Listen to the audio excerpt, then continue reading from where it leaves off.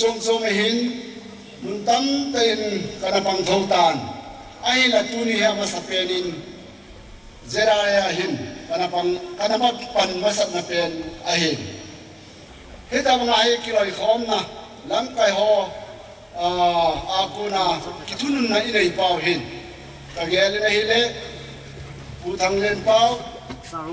na noya na to khom pi ho zo sile ấy Manipula tiếng hàng mi dấu xịt là nung lên ta nó kiện là gia đình giống tu mà sang ai din muốn hi khova bằng nung ba tan thì kinep na lên ta cái này hết ta bằng ngày lúcนั้นhin nào hi cái họ din vàng khát mà hin cái họ là din cũng cái thím nuôi mi là giống hết ta bằng năm cái họ giá trôm cho mọi các câu kỹ thế này đi trong cái hòn pan nó sẽ nung lao im cái tin ý cái lời không mà ai tạo không thì về thì bài nó họ ra lên cái này lên ta cái đến tu ni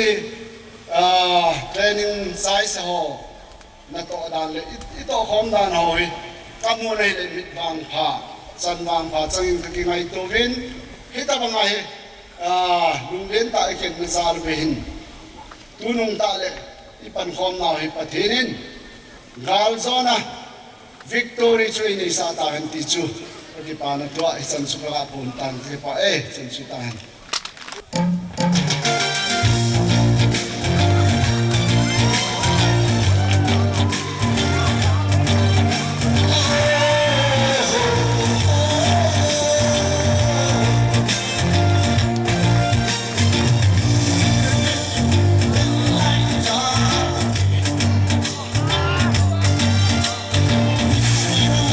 Belum.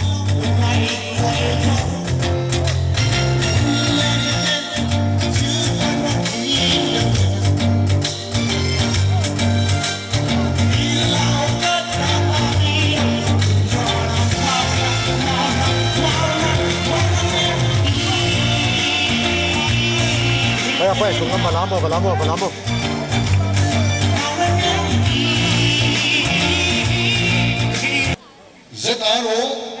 Zedare kal swanina ma swanina amia lengkung organization ne pitching sot dev to hi na mita mu theina kum tenga I program wa lamdan na to yai pen gi on su pa ka pathian for so na le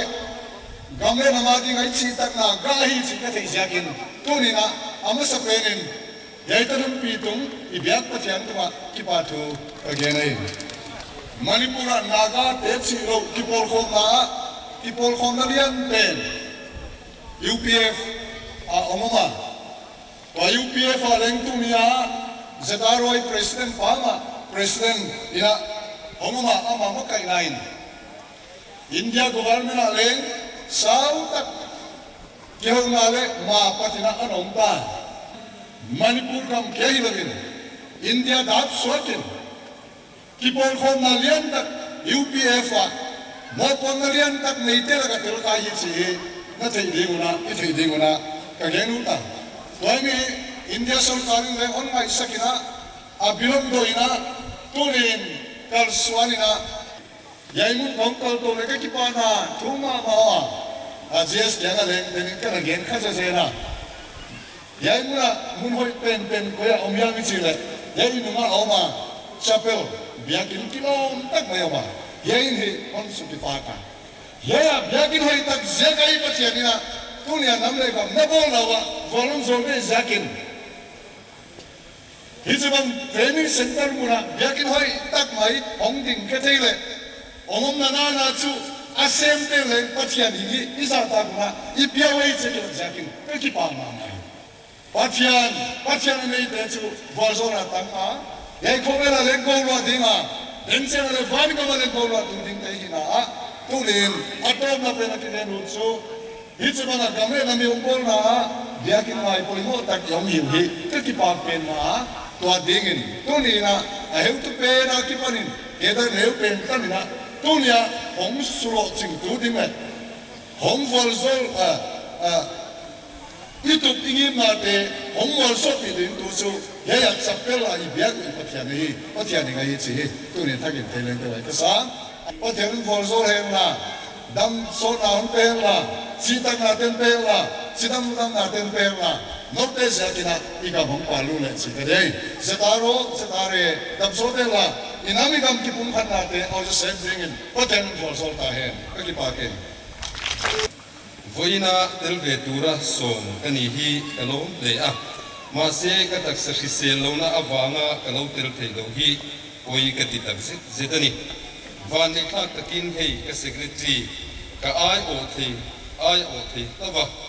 ani kal khang hian kam ni khat in kianga soive du kanaya khover kum puin chalai te zinga sual na lo duar ta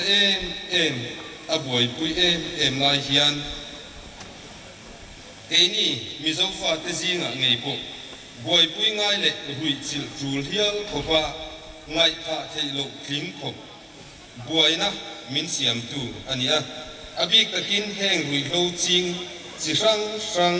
ngol veina le akai boi nat naten kan ram kan nam min runa min lu chila min ei chezo me a amai ro chu voina hian thalai wal ram le nam ta na nun na hlana pe chuak ngam mi hei zo zai kan la nei cheu wang hian abik takin MPC in chunga kan lo em a in zawai chunga hian abik takin lom tu kan sueni